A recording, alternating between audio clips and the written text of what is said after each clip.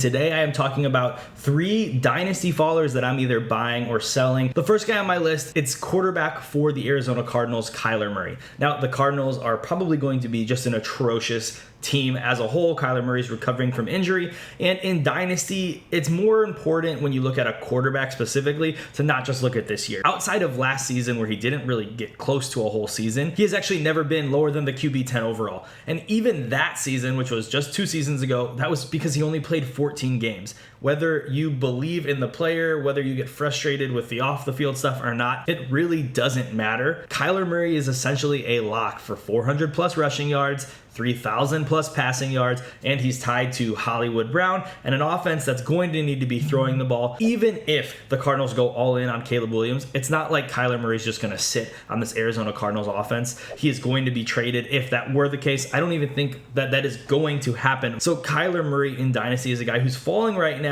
to a price that is absolutely insane. You should be going out and buying him in your leagues. Each league is different, whether you're playing super flex, 1 QB, but drop your questions below if you've got questions on what you should be offering for Kyler Murray with your rosters, because he is a dynasty buy, and that's coming from a guy who really doesn't believe in Kyler Murray overall. The next guy on my list is Drake London. Now, I'm going to say he's a dynasty faller in air quotes because he's not like plummeting down dynasty rankings. He's not plummeting in value. I think really what's happening is contenders are coming to the realization that for 2023 specifically, he's probably not a top 15 wide receiver. If he gets to 15, that might be his ceiling right now in this Desmond Ridder-led offense with a healthy Kyle Pitts, with now the addition of Bijan Robinson. As a contender, if you can move him for, a top 10 wide receiver, a top 5 wide receiver who's a little bit older, I understand that. But otherwise, I am absolutely not okay with Drake London being a dynasty faller in any capacity. When you look at Drake London's rookie season, he was in the top of the league amongst rookies in yards per route run.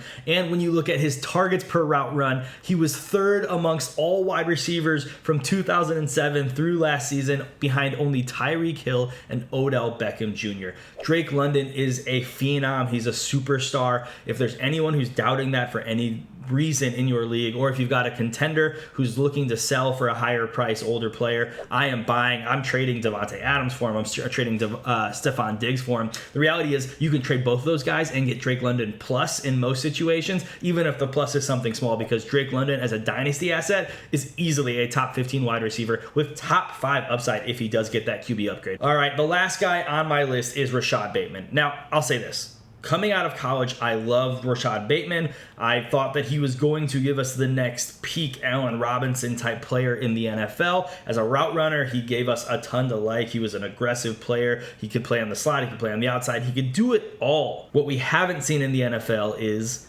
almost any of that. And I know it's a really big bummer. He has just been hampered by injury after injury after injury. He was in a low volume passing attack. And now, of course, Todd Monken comes to the Baltimore Ravens. That's exciting.